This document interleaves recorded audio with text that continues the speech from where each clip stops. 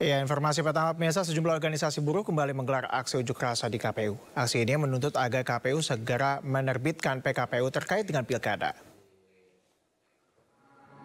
Presiden KSPI yang juga Presiden Partai Buruh, Said Iqbal mengatakan, aksi lanjutan dimulai pada 25 hingga 27 Agustus.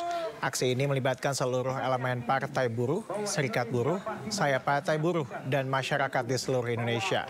Sebelumnya pada 22 Agustus 2024, sejumlah elemen masyarakat termasuk buruh hingga mahasiswa ikut turun dalam aksi di depan gedung DPR. Pancasila dan Undang-Undang Dasar 1945. Sementara itu, pemirsa, Komisi 2 DPR RI menyetujui draft peraturan Komisi Pemilihan Umum nomor 8 tahun 2024 tentang pendaftaran pencalonan kepala daerah yang sudah mengadopsi putusan Mahkamah Konstitusi nomor 60 dan 70 tahun 2024. Ketua Komisi 2 DPR RI Ahmad Doli Kurnia memastikan isi PKPU nomor 8 tahun 2024 mengakomodir putusan MK. Komisi 2 DPR RI, penyelenggara pemilu dan pemerintah sebagai peserta rapat juga tidak mengajukan keberatan tentang isi draft PKPU terbaru yang disusun KPU itu.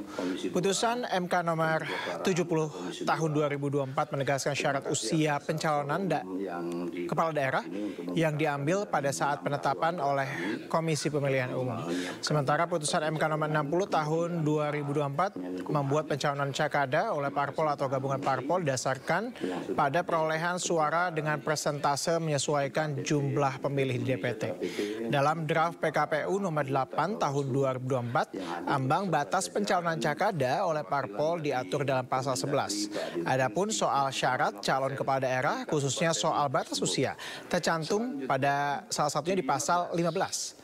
Kedua pasal ini sudah memuat syarat pendaftaran sesuai dengan putusan MK, yaitu memastikan syarat umur pencalonan harus 30 tahun untuk gubernur saat penetapan dan penentuan ambang batas pencalonan berbasis pemilih. Setelah putusan Iya, saya kira memang betul kita sudah merencanakan besok jam 10. Tetapi karena lihat dinamika ya, saya merasakan betul ya keinginan, kemudian keinginan adanya kepastian ya dari masyarakat Indonesia ya. Ada yang khawatir bahwa nanti kalau tidak segera diputuskan nanti ada dikhawatirkan ada penyimpangan-penyimpangan ya, dan itu kan membuat kita menjadi pro kontra di antara kita gitu ya. Oleh karena itu saya mengambil inisiatif kemarin ya, saya berkomunikasi dengan pimpinan DPR untuk meminta dimajukan, dan alhamdulillah pimpinan DPR menyetujui karena ini hari libur ya, hari libur, dan memang kalau mau rapat harus ada izin pimpinan. Dan saya juga sudah komunikasi dengan Pak Mensesnek, Pak Mendagri, pemerintah juga setuju, lebih cepat lebih bagus, dan alhamdulillah yang memenuhi proses administrasi tertib tata tertib DPR, maka yang paling mungkin dan paling cepat dilakukan pagi ini. Nah, alhamdulillah sudah selesai. Jadi kita masih punya sisa lagi, besok pagi tetap kami rapat jam 10 pagi, itu membahas 3 PKPU dan 3 Perbawaslu. 3 PKPU itu adalah satu masalah PKPU tentang logistik, kemudian yang kedua tentang dana kampanye, kemudian yang ketiga adalah tentang kampanye. Sedangkan Perbawaslunya yang pertama adalah Perbawaslu tentang pengawasan pencalonan. Jadi yang PKPU ini kan harus juga disandingkan dengan Perbawaslu tentang pengawasan pencalonan. Kemudian yang dua lagi adalah soal pengawasan kampanye. Kemudian satu lagi soal saya lupa ya. Jadi ada tiga PKPU dan 3 Perbawaslu besok yang akan kita bahas. Sementara Ketua KPU RI Muhammad Afifuddin menyatakan putusan MK sudah ditindaklanjuti dalam PKPU nomor 8 tahun 2024. Ia pun menegaskan KPU RI mengadopsi utuh putusan dan juga pertimbangan dari Mahkamah Konstitusi. Akan konsultasi ke DPR Komisi 2 dalam bentuk rapat dengar pendapat. Setelah kemarin kita melakukan konsinyering, dan insya Allah hari ini seluruh usulan dan masukan ke perubahan PKPU setelah putusan Mahkamah Konstitusi nomor 60 dan 70 yang semalam sudah kita bahas, karena pertimbangan kebutuhan mendesak dan seterusnya, kami menyampaikan kita berdiskusi dengan banyak pihak untuk kemudian mempercepat proses konsultasi, dan alhamdulillah terjadwal pagi ini jam 10, insya Allah, dan semoga lancar semua dan seluruh putusan 60 dan 70 akan dimasukkan dalam perubahan PKPU terkait dengan pencalonan calon kepala daerah, insya Allah. Waktu, kami kan juga butuh untuk kemudian punya selang waktu yang lebih untuk menyampaikan ke jajaran juga, dan termasuk dinamika-dinamika yang berlangsung untuk kemudian menurunkan dalam bentuk juknis dan seterusnya.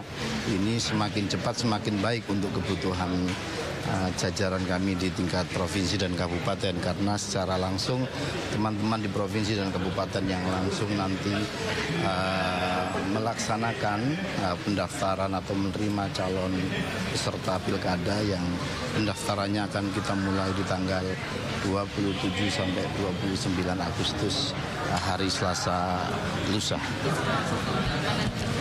Kami akan melakukan harmonisasi dan sudah terkonsolidasi dengan teman-teman Kemenkumham. Insya Allah sangat cepat untuk kemudian bisa disegerakan untuk diundangkan. Ya, pastinya. Mungkin hari ini atau besok, hari inilah mungkin. Pokoknya secepatnya.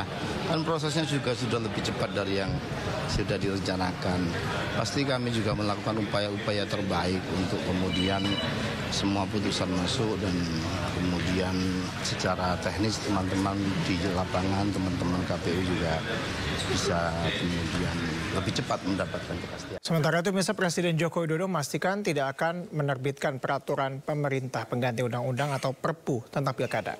Pemerintah mengikuti putusan Mahkamah Konstitusi setelah DPR membatalkan revisi undang-undang pilkada.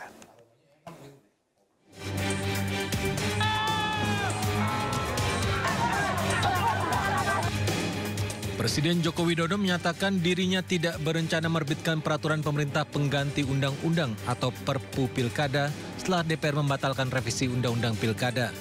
Hal itu disampaikan pada awak media saat menghadiri acara Kongres ke-6 PAN di Jakarta Jumat malam. Jokowi mengingatkan bahwa RUU Pilkada pasca putusan MK yang batal disahkan DPR pada Kamis kemarin merupakan wewenang lembaga legislatif. Ia pun menegaskan pemerintah akan patuhi putusan MK soal ambang batas pencalonan kepala daerah oleh partai dan batas usia calon kepala daerah di Pilkada. Dalam kesempatan yang sama, Jokowi juga tak mau berbicara banyak soal kemungkinan gagalnya pencalonan putra bungsunya Kaisang Pangarep di Pilkada 2024. Itu wilayah legislatif, wilayah DPR. Ya. Gimana sikap pemerintah akan seperti apa, Pak? Pemerintah akan Iya. Pak, tapi dengan putusan ini Mas Kaisang nggak bisa maju ke pilkada nih, Pak. Nah, sedangkan Mas Kaisang udah daftar nih, Pak. Udah mengurus proses. Gimana Pak tanggapannya, Pak? Tanyakan ke Ketua PSI. Pak, Ya. ada rencana Perpu nggak, Pak? Ada rencana Perpu nggak, Pak? Karena kemarin isunya kuat sekali, Pak. Nggak ada. Gimana, Pak? Pikiran aja nggak ada, masa Kemarin ada demo, apa? Pak, ada demo gimana tanggapannya, Pak? Lagi menggunakan Ya baik, itu penyampaian aspirasi dari rakyat, sangat baik. MK pada Selasa 20 Agustus mengetok palu untuk 2 gugatan terkait Pilkada 2024, yakni gugatan tentang batas usia calon kepala daerah serta batas pencalonan kepala daerah. Namun, Badan Legislatif DPR secara tiba-tiba langsung merevisi Undang-Undang Pilkada sehari setelah putusan MK.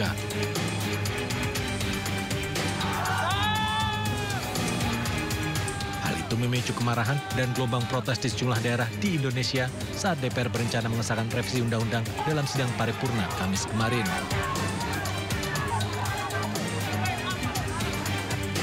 Bahwa revisi Undang-Undang Pilkada tidak dapat dilaksanakan. Pada akhirnya, DPR batal mengesahkan revisi Undang-Undang Pilkada dan tetap patuhi Mahkamah Konstitusi soal aturan Pilkada. DPR beralasan pengesahan revisi UU batal karena tidak terpenuhinya quorum anggota Dewan dalam rapat paripurna. Dari Jakarta, Tim Liputan melaporkan. Presiden RI terpilih Prabowo Subianto menegaskan Presiden Joko Widodo tidak pernah menitipkan calon kepala daerah untuk Pilkada 2024 kepadanya.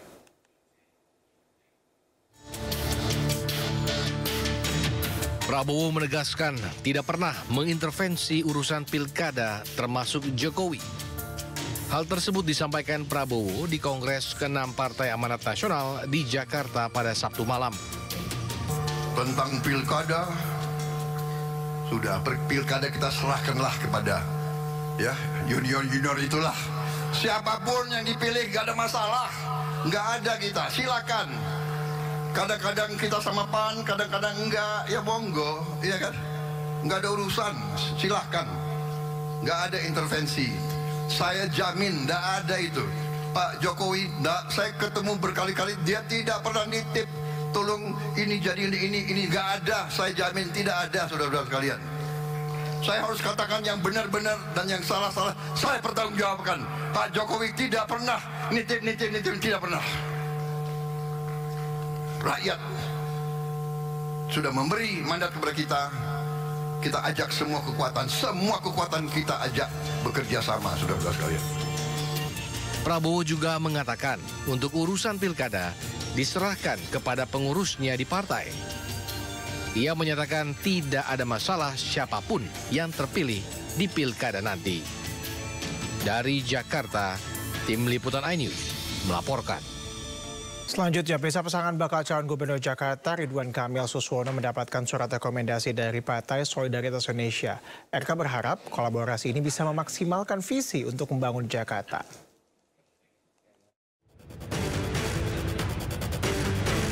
Partai Solidaritas Indonesia resmi berikan surat dukungan terhadap Ridwan Kamil Suswono sebagai calon gubernur untuk pemilihan Kepala Daerah Jakarta 2024.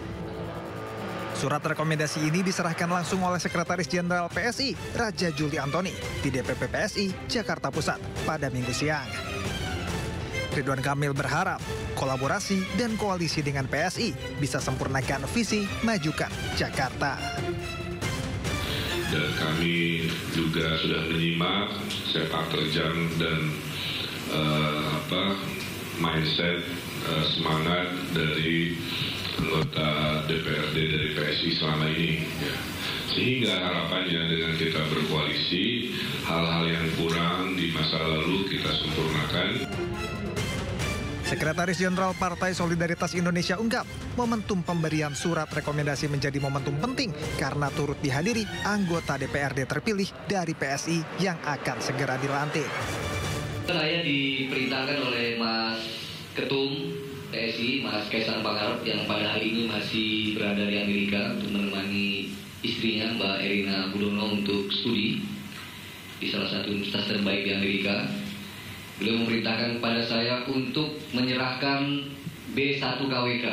Ya, ini satu dokumen paling penting dari tahapan pilkada, di mana dengan dokumen inilah secara resmi nanti seseorang atau kandidat, dalam hal ini Bang Emil dan Bang Suswono, dapat mendaftarkan diri menjadi calon di pemilihan di Pilgub yang akan kita selenggarakan. Pasangan bakal calon gubernur Jakarta Ridwan Kamil Suswono dijadwalkan akan daftarkan diri ke KPU pada 28 Agustus 2024, didampingi oleh Kim Plus. Ya, Mesa Komisi Pemilihan Umum Provinsi DKI Jakarta akan membuka pendaftaran bagi kandidat calon gubernur dan calon wakil gubernur DKI pada Selasa 27 hingga 29 Agustus 2024 mendatang. Pendaftaran cagup dan cagup ini bakal mengikuti keputusan Mahkamah Konstitusi, di mana ambang batas pencalonan kepala daerah tidak lagi sebesar 25% dari perolehan suara partai politik atau gabungan partai politik hasil pileg sebelumnya, atau 20% dari kursi DPRD.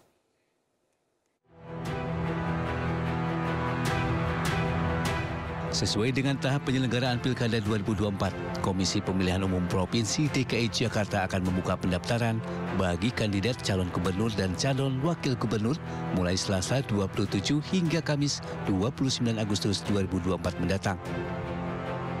Pendaftaran dibuka pada pukul 8 pagi hingga 4 sore, sementara di tanggal 29 yang merupakan hari terakhir pendaftaran dibuka dari pukul 8 pagi hingga 23:59.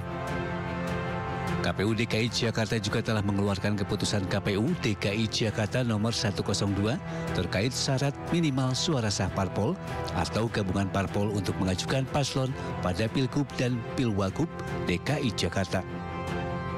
Keputusan KPU Jakarta ini telah mengakomodir putusan Mahkamah Konstitusi yang menetapkan syarat pencalonan berdasarkan presentasi komposisi penduduk di daftar pemilih tetap.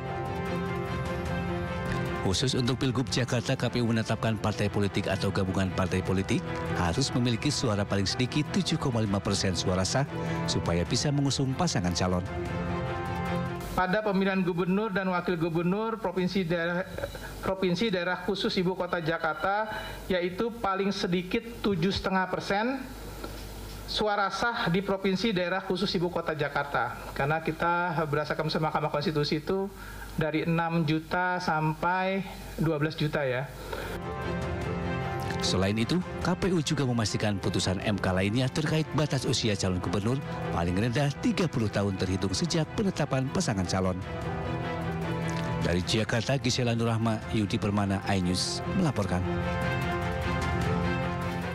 Pasangan calon gubernur dan wakil gubernur DKI Jakarta Ridwan Kamil dan Suswono akan mendaftarkan diri ke Komisi Pemilihan Umum pada 28 Agustus 2024. Saat pendaftaran nantinya mereka akan didampingi oleh Koalisi Indonesia Maju atau KIMPLES.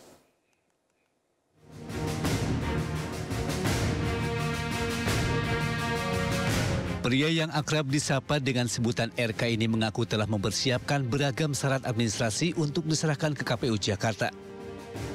Rencananya RK akan mendaftarkan diri ke Komisi Pemilihan Umum pada 20 Agustus 2024 dengan didampingi oleh KIMPLES.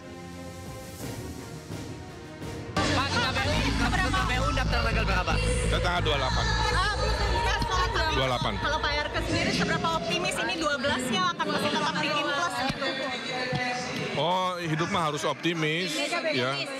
Kita lihat aja tanggal 28. Berarti 12 partai sudah akan fix gitu ya? Mau dikit, mau banyak harus siap. Dulu wali kota kan ya 8 pasang.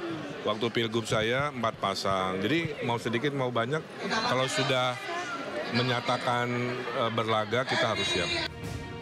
Saat ditanya terkait strategi apa yang akan dipakai untuk memenangkan Pilkada Jakarta, RK mengaku belum bisa membeberkan strateginya sebelum melakukan pendaftaran resmi ke KPU Jakarta. Lebih lanjut, ia berharap nantinya akan mendapat lawan berkualitas dalam pilkada, sehingga perang gagasan dan program kerja akan terjadi dengan sehat. Bakal calon gubernur Jakarta ini juga merespon pembatalan pengesahan revisi Undang-Undang Pilkada 2024.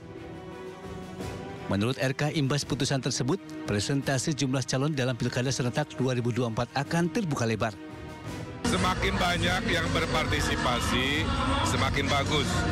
Jadi MK itu membuka kesempatan semakin banyak warga negara untuk ikutan.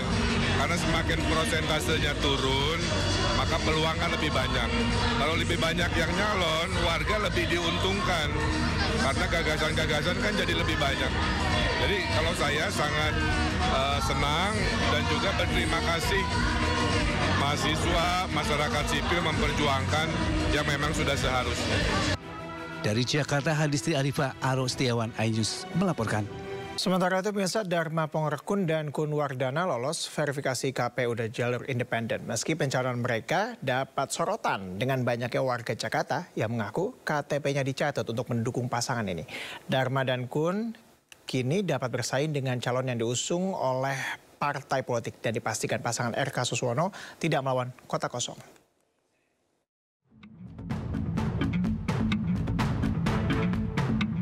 Setelah dinyatakan lolos verifikasi KPU dari jalur independen, pasangan Dharma Pongrekun dan Kun Wardana dipastikan akan bertarung melawan pasangan Ridwan Kamil Suswono di Pilkada Jakarta. Seluruh berkas dukungan pasangan ini dinilai telah memenuhi syarat, yaitu sekitar 677.000 dukungan. Tinggal mendaftar di tanggal 27 sampai 29, nanti satu tahap lagi tanggal 19 kami akan umumkan penetapan pemenuhan syarat dukungan untuk calon perseorangan. Dharma Pongrekun menyatakan rasa syukur atas penetapan tersebut dan membantah isu pasangan boneka. Mereka pastikan proses pencalonannya telah melalui prosedur. Kami bukanlah settingan, tidak. Kalau kami pun tidak pernah tahu apa yang akan terjadi di depan. Dan tidak ada siapapun di belakang kami. Sebelum ramai diberitakan, ada sejumlah warga Jakarta yang mengaku nik mereka dicatut sebagai pendukung Darmakun sebagai syarat pencalonan. Dalam proses pencalonannya, Darmakun sempat dinyatakan tak lolos verifikasi faktual karena kurang data dukungan. Namun setelah Darmakun diberikan syarat memperbaiki syarat dukungan, keduanya kemudian dinyatakan lolos verifikasi. Dengan lolosnya Darmakun, dugaan adanya skenario kota kosong kemungkinan besar tak akan terjadi. Tim Liputan iNews melaporkan. Sementara itu, pemirsa, mantan Gubernur DKI Jakarta Anies Baswedan mendatangi kantor DPD Partai Demokrasi Indonesia Perjuangan atau PDIP. Anies datang untuk membahas hal terkait dengan pilkada daerah khusus Jakarta.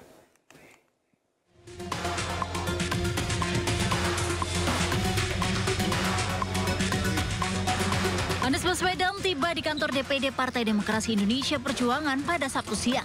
Anies yang ditemani Tom Lembong dan Sahrin Hamid langsung menuju musola untuk melaksanakan sholat zuhur dan bersuah foto dengan beberapa kader PDIP di musola. Usai sholat, Anies langsung menuju kantor DPD PDIP dan disambut Ketua DPD PDIP DKI Jakarta Ade Wijaya dan Ketua DPW PDIP Bidang Pemenangan Pemilu Bambang Wuryanto. Setelah 2 jam berada di dalam DPD PDIP DKI, Anies keluar didampingi Ketua DPD PDIP DKI Jakarta Ade Wijaya alias Aming. Keduanya nampak hangat saling berjabat tangan dan melemparkan senyuman. Anies Baswedan mengungkapkan kedatangannya ke kantor DPD PDIP DKI Jakarta berkaitan dengan silaturahmi, sekaligus diskusi terkait dengan Pilkada 2024 dan dinamika politik yang kian memanas. Anies tak secara gamblang memaparkan rencananya PDIP usung dirinya dalam kontestasi pemilihan kepala daerah. Dirinya meminta kepada awak media untuk menunggu keputusan dan tanggal mainnya. Pak Anies, kalau ditawarkan masuk ke PDIP siap nggak Pak? Pokoknya sekarang ini kita tunggu dulu sampai semua keputusan dibuat, dari situ kita tentukan langkah ke depannya apa. Jadi sekarang itu, lalu saya ingin juga sampaikan mumpung kesempatan ini, kita menyaksikan beberapa hari terakhir di mana kehidupan kebangsaan kita, kehidupan kenegaraan kita mengalami ujian. Dan dalam situasi ujian seperti itu, boleh dong. Apa lagi? Bahas soal pilkada nggak Pak? Bahas pasti. Apa aja tuh Pak? Ya, kita menyamakan, kita punya visi dan misi, ya, bagaimana kita mengawal, ada persamaan, kita punya pandangan bahwa kita harus mengawal konstitusi yang benar. Anies belakangan santer dikabarkan akan maju Pilgub Jakarta, namun belum ada partai yang mengusungnya. Di sisi lain, PDIP kini bisa mengusung sendiri kandidatnya di Pilgub Jakarta sesuai putusan MK yang memutuskan minimal 7,5% perolehan suara pileg agar bisa mengusung calon di Pilkada Jakarta. Dari Jakarta, Tim Liputan iNews melaporkan. Anies Baswedan ramai disebut berpeluang besar untuk diusung PDI Perjuangan dalam Pilkada Jakarta 2024. Sebelumnya, Ketua Umum Megawati Soekarno Putri justru mengeluarkan pernyataan menyentil yang mempertanyakan apakah Anies akan patuh jika diusung PDIP.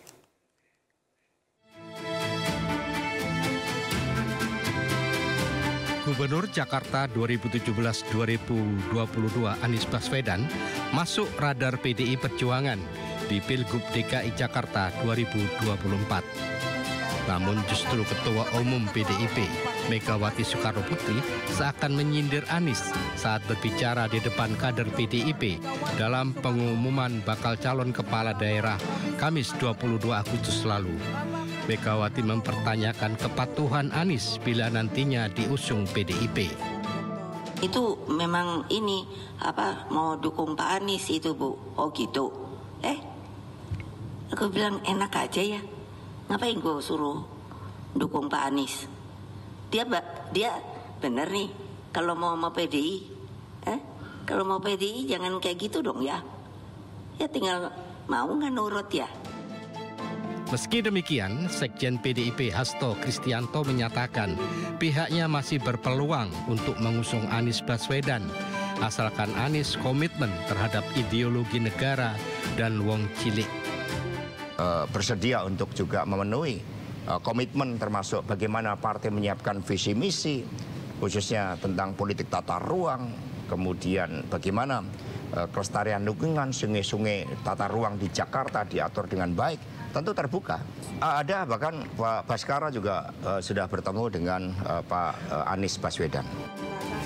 PDIP telah mengumumkan 6 bakal calon gubernur dan wakil gubernur yang akan maju dalam Pilkada 2024 22 Agustus lalu. Namun PDIP belum mengumumkan nama untuk Jakarta, Jawa Timur, dan Jawa Tengah. Dari Jakarta, tim liputan iNews melaporkan. Pemirsa, Otorita Ibu Kota Negara Nusantara memastikan ada 7 investor baru yang akan berinvestasi di IKN. 7 investor mencakup sektor pendidikan, hotel, hingga properti.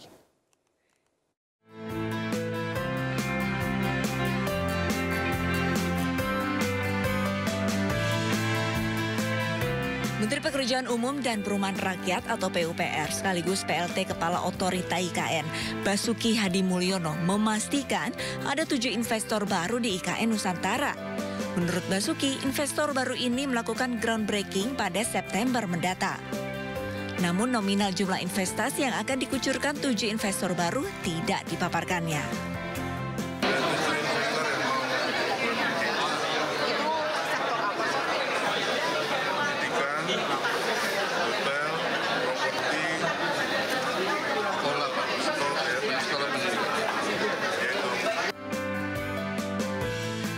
Hingga saat ini sudah terdapat 45 investor yang sudah melangsungkan prosesi peletakan batu pertama atau groundbreaking.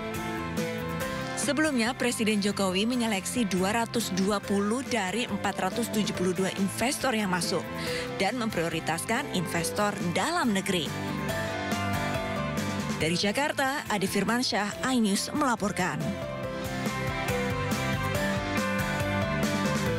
Sementara itu, pemirsa, uji coba makan siang gratis kembali digelar oleh pemerintah Provinsi Jakarta di salah satu sekolah dasar di Jakarta Utara. Di mana 600 porsi seharga Rp20.000 dibagikan dan kedepannya Pemprov masih akan mencari menu yang pas dan disukai oleh anak-anak.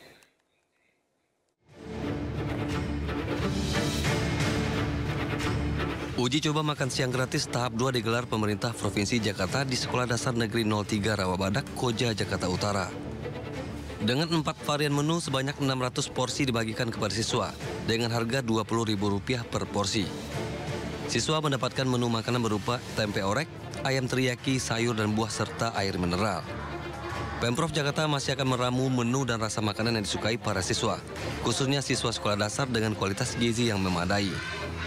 Pada tahap uji coba kedua ini, Pemprov Jakarta tidak menggunakan dana APBD, namun menggunakan dana Corporate Social Responsibility dari beberapa perusahaan swasta dan BUMD.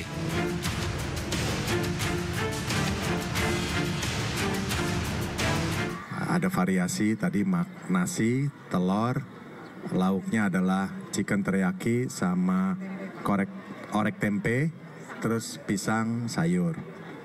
Kelihatannya anak-anak lebih suka yang ada telurnya dibanding dengan yang kemarin.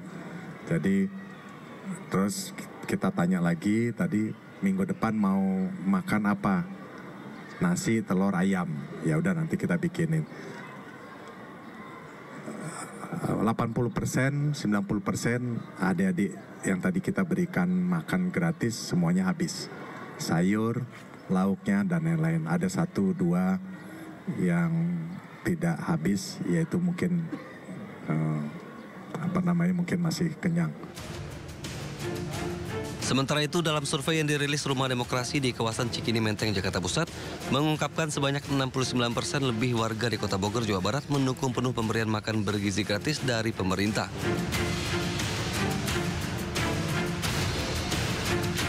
Isu ini kan sudah menjadi isu dari pemerintahan terpilih ya, presiden terpilih, sehingga kami juga perlu ngecek apakah ada dukungan publik. Ternyata tadi disebutkan 69% itu di Kota Bogor, dari sampling kami 604 responden menyatakan perlu pemberian makanan bergizi terhadap pertama anak-anak, yang kedua ibu-ibu hamil.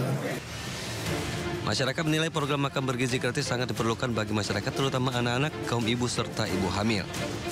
Masyarakat juga berharap pemerintah dapat melibatkan para UMKM lokal untuk menyediakan menu makan siang bergizi gratis di wilayah masing-masing. Tim Liputan iNews melaporkan.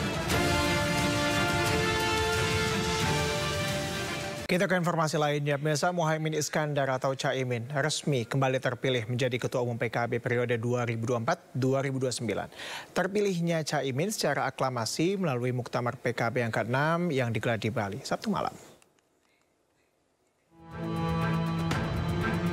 Seluruh DPW PKB di 38 provinsi Indonesia kompak Caimin kembali menjadi Ketua Umum.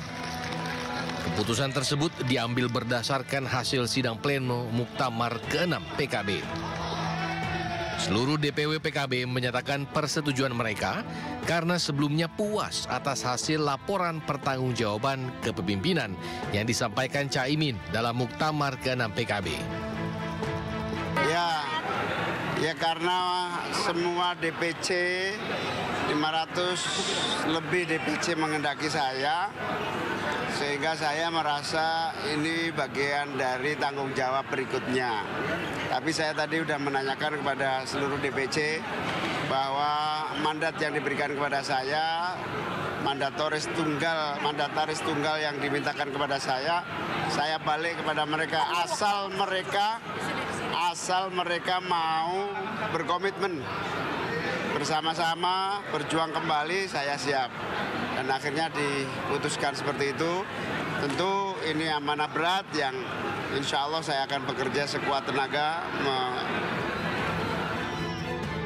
Keputusan ini menjadikan Caimin sebagai Ketua Umum yang memimpin PKB selama 24 tahun. Dari Badung, Bali, Tim Liputan iNews melaporkan. Ya, biasa jelang Pilkada serentak pada November mendatang, Partai Perindo menyerahkan surat rekomendasi dukungan kepada bakal calon Bupati Pania, Nason Uti, dan bakal calon Wali Kota Jayapura, Abisai Rolo. Rekomendasi juga diberikan kepada bakal calon Bupati Timur Tengah Utara, Cornelis Naifatin.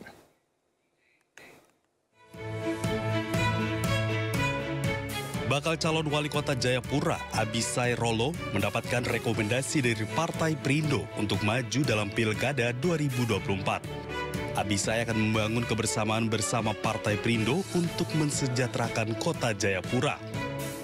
Rekomendasi dukungan juga diberikan kepada bakal calon Bupati Pania, Nason Uti, yang akan meningkatkan kesejahteraan masyarakat.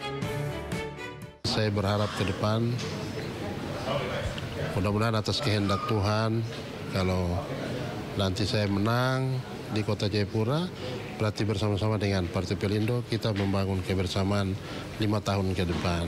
Partai mendorong pemimpin yang layak, ya, untuk supaya menjadi pemimpin daerah, ya. Ini semua kita jaga, dan lebih khusus untuk demi kesejahteraan masyarakat. Kader Partai Perindo Cornelis Naifatin yang maju sebagai bakal calon wakil Bupati Timur Tengah Utara juga mendapat surat rekomendasi dukungan. Ketua DPD Partai Perindo Timur Tengah Utara ini berpasangan dengan Kristiana Muki sebagai bakal calon bupati. Kita jadikan masyarakat sebagai pusat pembangunan, kita berdayakan ekonomi masyarakat di kabupaten kita karena rata-rata ekonomi kabupaten di kabupaten kita masih sangat rendah. Setelah menyatakan dukungannya, seluruh pengurus, kader, dan simpatisan Partai Perindo akan bekerja keras untuk memenangkan Pilkada serentak 2024 mendatang. Tim Liputan iNews melaporkan. Ya, besok Komisi 2 DPR RI menyetujui draft Peraturan Komisi Pemilihan Umum nomor 8 tahun 2024 tentang pendaftaran pencalonan kepala daerah yang sudah mengadopsi putusan Mahkamah Konstitusi nomor 60 dan 70 tahun 2024. Ketua Komisi 2 DPR RI Ahmad Doli Kurnia memastikan isi PKPU nomor 8 tahun 2024 mengakomodir putusan MK. Komisi 2 DPR RI, penyelenggara pemilu dan pemerintah sebagai peserta rapat juga tidak mengajukan keberatan tentang isi draft PKPU terbaru yang disusun KPU. Putusan MK nomor 70 tahun 2024 menegaskan syarat usia calon kepala daerah diambil pada saat penetapan oleh Komisi Pemilihan Umum. Sementara putusan MK nomor 60 tahun 2024 membuat pencalonan cakada oleh parpol atau gabungan parpol didasarkan oleh perolehan suara dengan persentase menyesuaikan jumlah pemilih di DPT. Dalam draft PKPU nomor 8 tahun 2024, ambang batas pencalonan cakada oleh parpol diatur pada pasal 11. Adapun soal syarat pencalonan kepala daerah khususnya soal batas usia tercantum salah satunya di pasal 15. Kedua pasal ini sudah muat syarat pendaftaran sesuai dengan putusan MK, yaitu memastikan syarat umur pencalonan harus 30 tahun untuk gubernur saat penetapan dan juga penentuan ambang batas pencalonan berbasis pemilih. Dan perubahannya khusus yang sini terhitung sejak pelantikan calon terpilih ini di PKPU sebelumnya. Ya, Mesa Komisi 2 DPR RI menyetujui revisi PKPU Pilkada yang mengadopsi putusan MK. Para peserta rapat di DPR juga menyatakan tidak keberatan dengan draft PKPU nomor 8 tahun 2024 yang mengakomodir putusan MK tentang pencalonan Pilkada 2024. Kita akan bahasnya bersama dengan Komisi 2 DPR RI ada Gus Pardigaus dan juga juru bicara PDI Perjuangan ada Guntur Romli serta pakar kepemiluan ada Titi Anggreni. Selamat sore Bapak-bapak dan juga Ibu. Terima kasih telah bergabung sama kami di Sindo Sore. Kita ke Pak Gus Pardi dulu mungkin ya. Pak, kita kan sudah melihat begitu ya, akhirnya kemudian PKPU ini menyetujui putusan Mahkamah Konstitusi. Tapi kita ingin mengetahui apakah kemudian dalam proses rapat kemarin mungkin ada negosiasi-negosiasi mungkin yang terjadi sebelum akhirnya PKPU ini setuju bulat mengikuti Mahkamah Konstitusi? Ya, terima kasih. Hari ini adalah hari Minggu. Adalah hari libur, di mana kami menggelar rapat pleno antara Komisi 2 dengan penyelenggara pemilu. Hadir ketika itu adalah KPU, Bawaslu, DKPP, Menteri Hukum dan HAM, dan Kementerian Dalam Negeri. Dalam rangka apa? Dalam rangka menyikapi keputusan MK nomor 60 dan 70. Semalam kami sampai jam 12 atau 24 WIB itu melakukan konseling, di mana biasanya konseling itu dilakukan secara tertutup berkat kesepakatan antara pimpinan dengan anggota karena terjadinya dinamika dalam rangka menyikapi adanya gagasan hak inisiatif yang dilakukan oleh DPR dalam hal ini balik untuk merevisi undang-undang pilkada sehingga timbullah berbagai gejolak, demo dan lain sebagainya dari Sabang sampai Merauke. Dalam menyikapi itu, setelah hari Kamis dilakukan paripurna, ternyata gagal untuk dilakukan pengesahan di paripurna itu. Dan Pak Dasko sudah menyatakan untuk menjamin tidak akan ditetapkan dan disahkannya undang-undang revisi tentang pilkada yang diinisiasi oleh DPR dalam hal ini Badan Legislasi.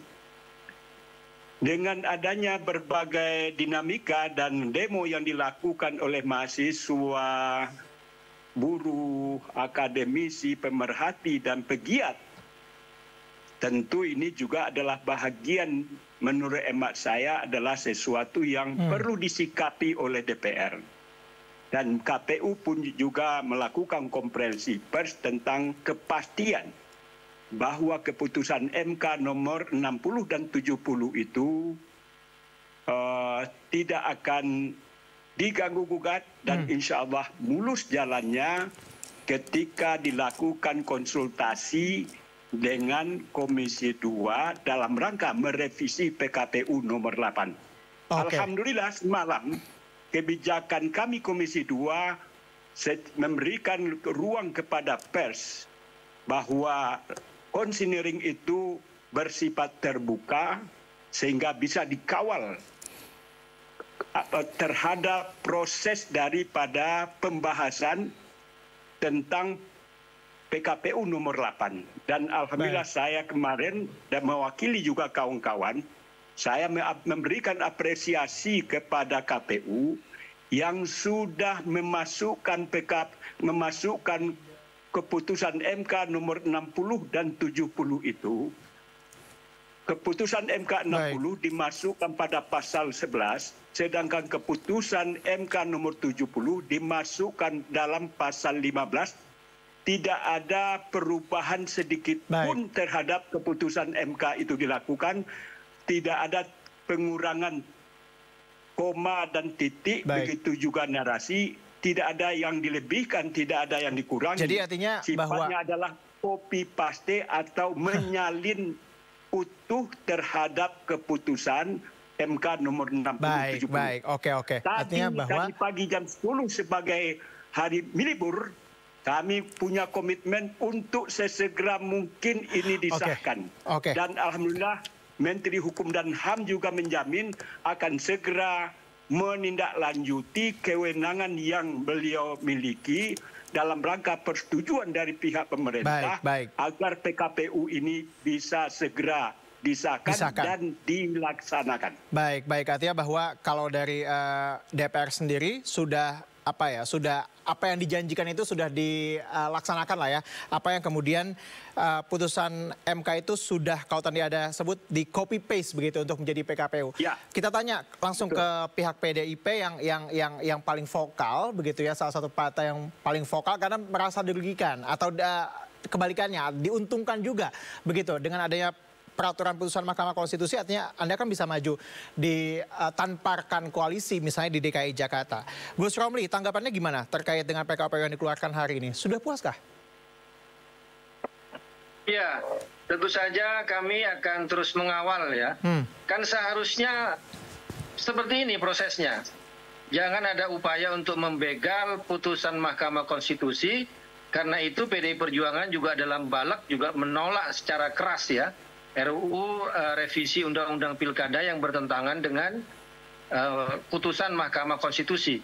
Tapi ya kami juga akan tetap mengawal sampai besok di RDP besok di Komisi 2 dan juga ternyata kalau kita lihat sudah media disahkan sosial nggak ada lagi RDP.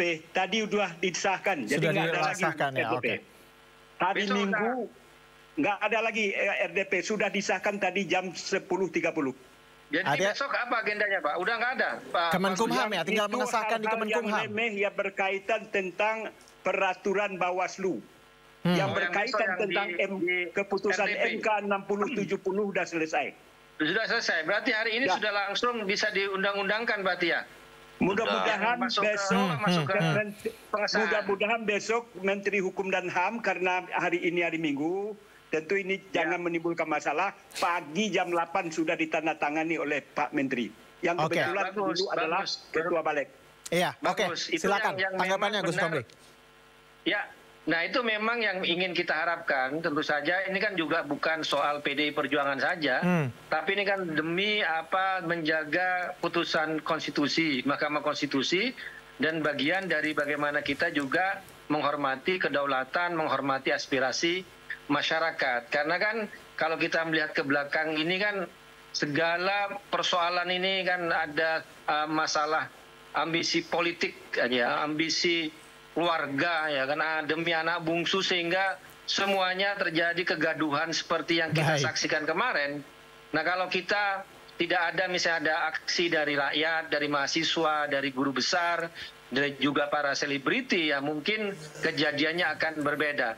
Dan tentu saja dari putusan Mahkamah Konstitusi ini juga menjadi angin segar ya kan bagi PDI Perjuangan yang selama ini kami memang merasa terancam untuk tidak bisa mencalonkan di beberapa wilayah, misalnya sebelum ini itu di Jakarta, kemudian di Banten, kemudian Jawa Barat, kemudian Jawa Timur, karena semua diborong oleh satu kubu, oleh satu koalisi, maka dengan putusan MK itu alhamdulillah kami akan mencalonkan kader-kader terbaik, baik dari kader internal ataupun juga tokoh-tokoh yang memang kami lihat bisa merepresentasikan, bisa memperjuangkan aspirasi masyarakat. Gitu Mas. Baik. Oke, kita ke Mbak Titi. Mbak Titi, Anda melihatnya bagaimana dengan PKPU yang akhirnya sudah sesuai dengan putusan MK ini yang diharapkan bersama oleh masyarakat sipil dan juga banyak warga begitulah ya yang kita dengarkan bagaimana kemudian menggeliatnya sosial media kita beberapa hari belakangan ini. Apa kemudian implikasi yang bisa dirasakan bagi iklim demokrasi di Indonesia? Ya, tentu saja pilkada kita menjadi lebih inklusif dengan tawaran calon-calon yang lebih beragam. Sebagai contoh, saya misalnya warga Banten ya, hari ini saya yakin ini juga ada kontribusi dari putusan Mahkamah Konstitusi, Ibu Airin Rahmidiani deklarasi begitu. Nah, hal-hal seperti ini mudah-mudahan juga menjadi fenomena di banyak daerah lain, mengambil kesempatan untuk mengusung kader-kader terbaik partai atau figur-figur yang memang disukai oleh konstituen. Pada dasarnya kan pilkada itu tidak boleh memutus hubungan antara aspirasi warga dengan calon yang dinominasikan oleh partai. Karena bagaimanapun meski tiket itu ada di partai, tapi mestinya tiket itu menghargai betul apa yang menjadi suara dan aspirasi pemilih. Dan harus dipahami kenapa masyarakat kemudian sangat khawatir dengan proses yang ada di KPU, dengan proses yang ada di DPR, yang sebenarnya itu sangat sederhana ya. Yang namanya putusan Mahkamah Konstitusi, kita sudah punya pengalaman, putusan MK diterbitkan 3 hari sebelum pendaftaran calon, tapi pendaftaran calon bisa berjalan dengan begitu saja begitu ya. Tetapi sekarang kan kenapa kemudian masyarakat ramai? Karena ternyata ada aksi nyata, betul-betul tindakan yang kasat mata yang bisa kita lihat, upaya-upaya untuk menggergaji putusan Mahkamah Konstitusi. Jadi hal-hal yang mestinya business as usual, pekerjaan-pekerjaan yang memang semestinya seperti itulah terjadi, itu akhirnya panjang lebar begitu dan membutuhkan betul-betul perlawanan publik untuk mempertahankan apa yang menjadi sesuatu yang baik bagi partai politik, baik bagi pemilih, dan baik juga bagi demokrasi kita. Termasuk partainya Pak Gus Pardi pun diuntungkan oleh putusan Mahkamah Konstitusi. Ya, bingung ya, kenapa di tanggal 21 Agustus itu semua fraksi kecuali satu partai PDIP di balik DPR kok menolak putusan Mahkamah Konstitusi? Kan aneh gitu ya. Sementara insentif dirasakan oleh semua begitu.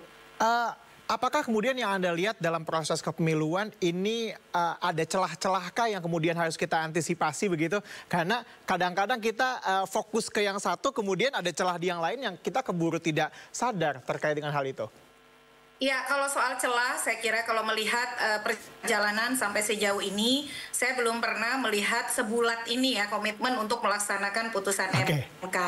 Oleh karena itu saya meyakini walaupun saya tetap akan mengawal, kami semua akan mengawal teman-teman mahasiswa, masyarakat sipil, tapi ada satu harapan yang sebenarnya juga tersisa. Partai kan sudah dikasih ruang konstitusional untuk lebih mudah dan lebih kompetitif, lebih inklusif mencalonkan kader terbaiknya. Harapan terbesar kami adalah daerah tidak pilkada calon tunggal. Tapi betul-betul partai mengambil momentum putusan MK ini untuk memberikan pilihan yang beragam bagi warga. Jadi kalau memang suaranya antara 6,5 sampai 10%, manfaatkanlah itu untuk menominasikan kader terbaik partai begitu. Itu harapan terbesar sih, Mas Teja ya. Artinya bahwa lebih banyak pilihan lah ya untuk masyarakat, kita tidak dihadapkan pada kota-kota kosong lah ya, calon tunggal dan kota kosong atau calon independen yang banyak disebut sebagai by design. Pak Gus Pardi, apakah kemudian dengan keputusan dengan PKPU yang sudah keluar ini sebagai orang parpol ya, apakah kemudian yang Anda lihat ini akan merubah bagaimana mapping pemetaan dari koalisi? Artinya bahwa setiap kader tentunya kan ingin maju dengan keputusan yang ada, artinya bahwa partai-partai ini kan punya cukup kursi lebih banyak untuk bisa mengajukan partainya masing-masing di daerah. Jadi ini pun juga semalam termasuk sesuatu yang kita diskusikan. Artinya adalah keputusan yang diambil tadi pagi dan itu sudah kita sepakati tadi malam, jangan sampai KPU yang ada di provinsi, kabupaten, kota melakukan sesuatu yang tidak kondusif atau menghambat sesuatu yang sebetulnya keputusan Mahkamah Konstitusi itu adalah memberikan kelonggaran, memberikan apresiasi, memberikan kemudahan kepada partai politik di mana selama ini yang bisa mencalonkan seseorang maju dalam pilkada itu hanyalah partai politik yang ada di DPRD Kabupaten, Kota, dan Provinsi, sekarang ini asalkan memenuhi syarat di keputusan PKPU nomor 8 pasal 11 itu tidak lagi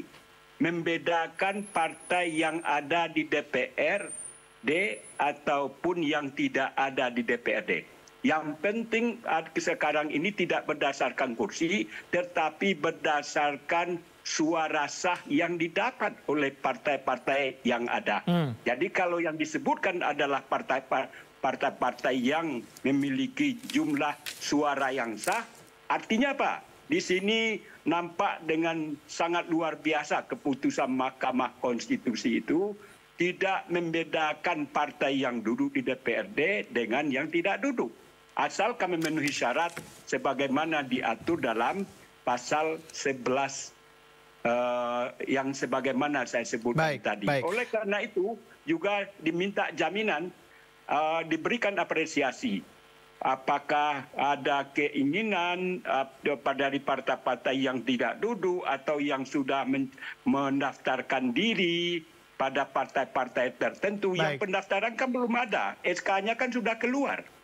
Nah, jadi terserah kepada komitmen daripada masing-masing, itu diberikan kebebasan kepada partai untuk bagaimana diberikan apresiasi yang luar biasa untuk mencalonkan kadernya atau tokoh yang dianggap sebagai sesuatu yang menjadi aspirasi dari masyarakat di tempat mereka akan berlaga nantinya di tanggal 27 November. Sebelum kita lanjutkan dialog, kita mau mengajak Bapak-Bapak dan juga Ibu-Ibu serta pemirsa untuk melihat situasi dan juga kondisi di KPU saat ini pasca sudah putusan ya PKPU yang dikeluarkan hari ini oleh DPR.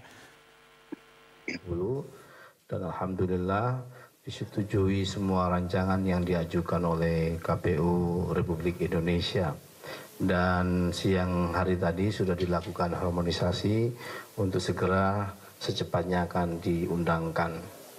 Selanjutnya tadi sejak siang sampai baru saja kita tutup, kita baru saja menggelar rapat pleno terbuka terkait penetapan kursi calon terpilih untuk DPR RI dan DPD RI. Alhamdulillah dengan demikian semua proses rangkaian pemilu legislatif DPD juga sudah selesai. Kita tetapkan kursinya, kita tetapkan calon terpilihnya, sehingga tahapan selanjutnya tinggal pelantikan. Saya kira itu yang bisa kami sampaikan. Sekali lagi terima kasih atas atensi dan juga bantuan teman-teman senantiasa menyebarkan informasi terkait kegiatan KPU, terutama berkaitan dengan yang perubahan PKPU pencalonan yang kemarin ramai sekali sampai hari ini. Saya kira itu ya, cukup. Sudah dilakukan tadi siang, Pak. Ya itu dia, baru saja KPU menggelar konferensi pers terkait dengan yang tadi dilaksanakan ya pagi ya, terkait dengan bagaimana kemudian PKPU telah diharmonisasi sesuai dengan putusan MK dengan DPR dan nanti harapannya akan segera diundangkan dan juga kemudian diaplikasikan pada pilkada tahun ini. Kita kembali lanjutkan dialog bersama dengan ada Pak Gus Pardi, ada Gus Romli dan juga Mbak Titi yang masih bersama kami. Kita tanya ke PDIP. PDIP nampaknya sudah ancar-ancar nih kalau misalnya kemudian akan sudah sesuai dengan apa ya, dengan ibarat kata yang diharapkan lah sama masyarakat Indonesia dan juga tentunya menguntungkan oleh PDIP sendiri. Artinya bahwa apa kemudian yang dilakukan? Apakah jalinan komunikasi ini masih terus dilakukan untuk kemudian membongkar koalisi yang gemuk ini? Ada upaya-upaya itu nggak? Ya tentu saja kami membuka komunikasi dengan semua partai. Karena seperti yang sampaikan Mbak Titi kan kami ingin menghadirkan calon-calon yang terbaik bagi masyarakat. Karena itu juga kami juga heran gitu ya. Tanggal 21 itu kok partai-partai menengah itu kok malah tidak setuju dengan putusan MK itu. Kalau kita lihat sekarang juga kayaknya itu beberapa partai itu kok dikendalikan dari pusat, dari DPP. Seperti tadi bahwa kami ada deklarasi Ibu Airin dengan Pak Ade Sumardi Banten, itu kan tidak mendapatkan dukungan dari Golkar. Padahal kan Bu Airin kan tokoh Golkar ya. tapi kan dukungan itu dari PDI Perjuangan. Kalau kami sendiri di PDI Perjuangan itu malah mendorong kader-kader di bawah untuk mencalonkan.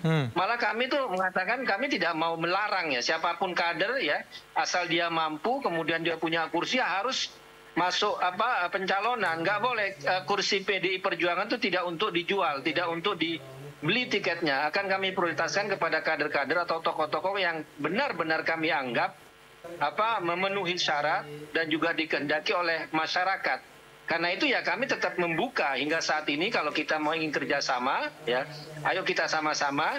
Cuma kami melihat kan ada kendala seperti ada kunci-kuncian dari pusat, mungkin dari soal jatah ada kursi di kabinet atau apapun. Kemudian yang lebih penting juga ini Mas untuk ke depan, saya kira ini pelajaran ya untuk DPR agar benar-benar mendengarkan aspirasi masyarakat. Dan kami juga akan terus menunggu PDI Perjuangan punya sikap juga selain kemarin juga sudah ada perintah dari DPP kepada fraksi PDI Perjuangan di DPR bahwa untuk mengawal putusan Mahkamah Konstitusi. Kemudian ada yang lain, kami juga akan menolak ya revisi Undang-Undang TNI dan revisi Undang-Undang Polri yang sepertinya juga akan dikebut, akan disahkan karena kami lihat secara materinya ini juga bertentangan dengan persoalan hak asasi manusia, persoalan tentang kebebasan ya, tentang konstitusi. Maka kami setelah mengawal putusan MK melalui penolakan terhadap revisi Undang-Undang Pilkada, kami juga akan menolak ya revisi Undang-Undang TNI dan Undang-Undang Polri. Baik. Oke, kita mungkin bisa fokus ke pilkada dulu kali ya Bang ya. Kalau pilkada sendiri bagaimana kemudian? Apakah kemudian ada daerah-daerah yang kita tahu banyak yang daerah-daerah yang PDIP sendiri belum mengumumkan. Misalnya Jakarta, kalau Banten kan sudah hari ini. Kemudian juga Jawa Tengah sudah belum ya? Dan juga Jawa Timur itu juga belum ya? Apakah kemudian... Jadi seperti Jakarta, kemudian Jawa Barat, kemudian Jawa Tengah dan Jatim ini kan memang kami sudah bisa mencalonkan sendiri. Cuma kan ketika setelah ada muktamar ya, ada muktamar beberapa partai ini kan kayaknya konstelasi itu berubah. Jadi kami kalau misalnya ingin mengusung sendiri ya kader sendiri, tapi kalau ingin bekerja sama tentu saja kami menunggu ya calon-calon juga yang dari partai lain. Jadi bisa kita bareng bersama-sama ya. Kalau memang tertarik, ayo kita bersama-sama.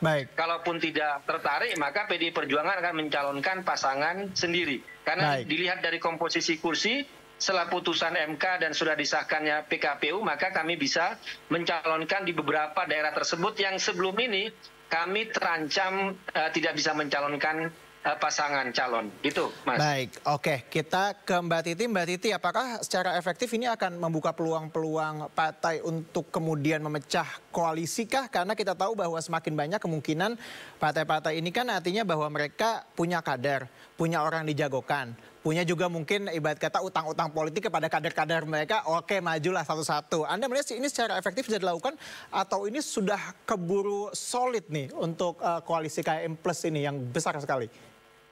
Ya, Mas Teja, pilkada itu ada 37 pemilihan gubernur dan 508 pemilihan bupati wali kota. Perubahan konstelasi dan konfigurasi di semua daerah saya kira sulit ya. Tetapi apakah ada dampak dari putusan Mahkamah Konstitusi ini? Pasti akan ada dampaknya. Terutama di daerah-daerah yang seolah-olah kita melihat seperti ada kebuntuan politik. Akibat misalnya persyaratan yang berat tadi seperti Pak Gus Pardi sampaikan. Karena persyaratan berat, partai yang perolehan suaranya itu kurang dari 25%, akhirnya tidak mengusung calon. Nah kalau sekarang, kalau 25% itu contoh saja di Banten dan di Jakarta itu bisa menghasilkan 3 pasangan calon kalau semuanya diambil begitu ya. Pasti ada daerah-daerah yang konfigurasi politiknya itu berubah.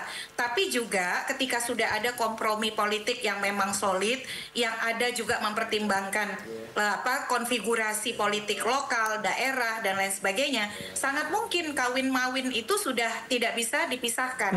Yang penting adalah kawin-mawinnya ini alamiah, bukan bukan perkawinan paksa gitu ya. Karena kalau perkawinan paksa tentu kesulitan untuk menang akan lebih terasa sebab calon yang diusung misalnya dipaksa karena ada kemauan elit, tapi rakyatnya menolak, lalu tiba-tiba ada putusan MK, kemudian ada harapan baru untuk mengusung calon yang prospektif. Nah itu kan juga bisa jadi membuat mereka ada yang berpikir ulang, tapi karena ada kompromi atau komitmen politik yang sudah terbangun, mayoritas kan sudah mengumumkan rekomendasi mereka ya.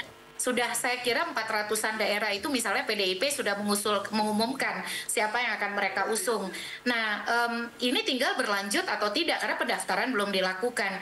Jadi gong gong yang betul-betul akan kita bisa tahu bunyinya atau kemudian pukulannya akan mengarah ke bandul yang mana, yaitu tanggal 27 nanti begitu, dan finalnya tentu di 29. Tapi kalau saya sih melihat situasi hari ini, ingin mengajak masyarakat atau publik, kalau kita diberikan gambaran apa yang terjadi di Balik tanggal 21 Agustus, terus terang sebagai seorang pembelajar hukum dan praktisi pemilu, saya selalu ingin bilang, jangan sampai salah pilih di pemilu. Karena ternyata otoritas yang mereka punya di pemilu ataupun pilkada, mereka bisa begitu luar biasa berpengaruhnya. Bahkan putusan Mahkamah Konstitusi pun bisa mereka kesampingkan. Nah oleh karena itu belajarlah di pilkada ini. Jangan lagi memilih karena uang. Jangan lagi karena memilih hegemoni identitas.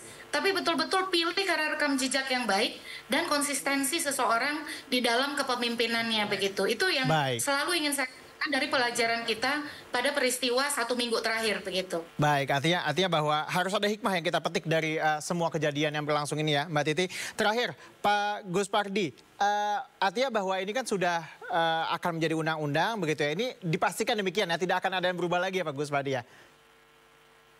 Ya, sebagaimana saya katakan di berbagai mass media kemarin dan kemarin lusa, dengan adanya statement yang disampaikan oleh Pak Dasko, kemudian juga apa yang disampaikan oleh Ketua KPU, lalu Komisi 2 melakukan konseling dengan penyelenggara pemilu semalam, dan hari ini, bayangkan hari Minggu, kita melakukan RDP dalam rangka apa? Dalam rangka meresponi teriakan-teriakan, tuntutan-tuntutan para elemen bangsa, apakah mahasiswa, petani, buruh, akademisi, dan lain sebagainya. Beginilah dalam cara kami dalam rangka mengembalikan marwah DPR dan mengembalikan nama baik, kepercayaan masyarakat kepada DPR. Mudah-mudahan dengan adanya RDP tadi, di mana Komisi Pemilihan Umum meminta kepada kami untuk dijadwalkan konsultasi dalam rangka menyikapi keputusan Mahkamah Konstitusi nomor 60 dan 70 itu secara bulat tanpa ada sanding, dan semuanya tidak ada juga yang memprotes. 100% fraksi-fraksi yang ada di Komisi 2 itu secara aklamasi, tidak ada beban apa-apa, menerima apa yang diajukan oleh KPU terhadap rancangan PKPU nomor 8, khususnya pasal 11 dan 15 itu. Sehingga apa? Sehingga diberikan keleluasaan kepada partai-partai tanpa membedakan apakah ada dia duduk di DPRD ataupun tidak. Karena sudah berdasarkan suara. Begitu juga tentang umur. Apa yang diputuskan oleh Mahkamah Agung juga sudah dibatalkan oleh Mahkamah Konstitusi. Itu pun juga kita masukkan ke dalam ranah PKPU nomor 15. Artinya adalah umur 30 atau 25 tahun adalah ketika KPU menetapkan calon peserta yang ikut dalam pilkada itu. Artinya kepastian hukum mengenai umur sudah merupakan sesuatu sesuai dengan harapan dan keinginan kita bersama. Baik. Artinya bahwa kita bisa tidur nyenyak sejenak lah ya. Nanti malam kita nggak usah takut lagi. Tapi kita nantikan ya Pak ya, di pendaftaran sampai nanti penutupan bagaimana kemudian calon-calon terbaik dari partai politik ini dihadirkan untuk kita bersama di daerah-daerah. Terima kasih semuanya Bapak-Bapak dan juga Mbak Titi telah bergabung sama kami di Sindo Sore. Selamat sore semuanya. Sementara itu pemirsa, pasangan calon gubernur dan calon wakil gubernur DKI Jakarta Ridwan Kamil Suswono akan mendaftarkan diri ke Komisi Pemilihan Umum 28 Agustus 2024 nanti. Saat pendaftaran nantinya mereka akan didampingi oleh Koalisi Indonesia Maju atau KIMPLES.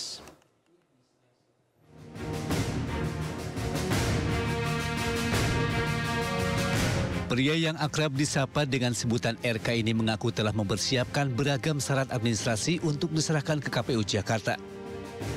Rencananya RK akan mendaftarkan diri ke Komisi Pemilihan Umum pada 20 Agustus 2024 dengan didampingi oleh Kim Plus. Pak, KPU daftar tanggal berapa? Tanggal 28. 28. Kalau Pak RK sendiri seberapa optimis ini 12-nya akan masih tetap di Kim Plus gitu? Oh, hidup mah harus optimis. Ya. Kita lihat aja tanggal 28. Berarti 12 partai sudah akan fix gitu ya? Mau dikit, mau banyak harus siap. Dulu wali kota kan ya 8 pasang. Waktu pilgub saya 4 pasang. Jadi mau sedikit, mau banyak. Kalau sudah menyatakan berlaga, kita harus siap. Saat ditanya terkait strategi apa yang akan dipakai untuk memenangkan Pilkada Jakarta, RK mengaku belum bisa membeberkan strateginya sebelum melakukan pendaftaran resmi ke KPU Jakarta. Lebih lanjut, ia berharap nantinya akan mendapat lawan berkualitas dalam Pilkada, sehingga perang gagasan dan program kerja akan terjadi dengan sehat. Bakal calon gubernur Jakarta ini juga merespon pembatalan pengesahan revisi Undang-Undang Pilkada 2024. Menurut RK, imbas putusan tersebut, presentasi jumlah calon dalam Pilkada serentak 2024 akan terbuka lebar. Semakin banyak yang berpartisipasi, semakin bagus. Jadi MK itu membuka kesempatan semakin banyak warga negara untuk ikutan. Karena semakin prosentasenya turun, maka peluang kan lebih banyak. Kalau lebih banyak yang nyalon, warga lebih diuntungkan. Karena gagasan-gagasan kan jadi lebih banyak. Jadi kalau saya sangat senang dan juga berterima kasih mahasiswa, masyarakat sipil memperjuangkan yang memang sudah seharusnya. Dari Jakarta, Hadisti Arifah, Aro Setiawan, iNews melaporkan. Sementara itu, pemirsa, Dharma Pongrekun dan Kun Wardana lolos verifikasi KPU dari jalur independen. Meskipun pencalonannya mendapatkan sorotan dengan banyaknya warga Jakarta yang mengaku KTP mereka dicatut untuk mendukung pasangan ini. Dharma Kun berharap dapat bersaing dengan calon yang diusung oleh partai politik dan dipastikan pasangan RK dan Suswono tidak akan melawan kota kosong.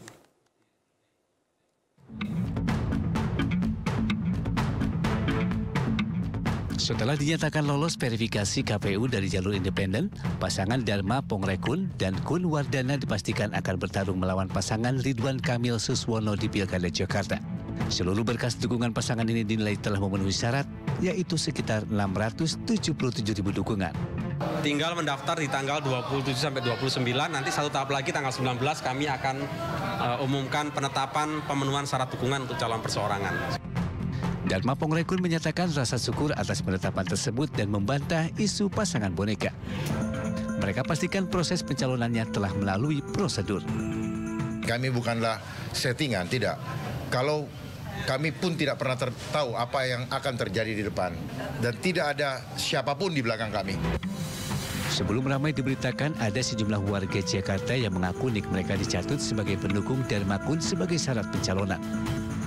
Dalam proses pencalonannya, Dharma Kun sempat dinyatakan tak lolos verifikasi faktual karena kurang data dukungan. Namun setelah Dharma Kun diberikan syarat memperbaiki syarat dukungan, keduanya kemudian dinyatakan lolos verifikasi. Dengan lolosnya Dharma Kun, dugaan adanya skenario kota kosong kemungkinan besar tak akan terjadi. Tim Liputan iNews melaporkan. Sejumlah organisasi buruh kembali menggelar aksi unjuk rasa di KPU. Aksi ini menuntut agar KPU segera menerbitkan PKPU terkait dengan pilkada. Presiden KSPI yang juga Presiden Partai Buruh, Said Iqbal, mengatakan aksi lanjutan dimulai pada 25 hingga 27 Agustus. Aksi ini melibatkan seluruh elemen Partai Buruh, Serikat Buruh, Sayap Partai Buruh, dan masyarakat di seluruh Indonesia. Sebelumnya pada 22 Agustus, sejumlah elemen masyarakat termasuk buruh hingga mahasiswa ikut turun dalam aksi di depan gedung DPR. Mengapa? Karena yang sesungguhnya sesuai dengan amanat Pancasila. Ya, informasi selanjutnya, pemirsa, apabila Anda tengah berkunjung di Yogyakarta, jangan lupa ada salah satu destinasi wisata yaitu Kaliurang Park, di mana pengunjung dapat menikmati sejuknya lereng Merapi dengan 100 lebih jenis tanaman langka. Tidak hanya itu, pemirsa, pengunjung juga bisa mencoba berbagai wahana menyenangkan dan juga memicu adrenalin.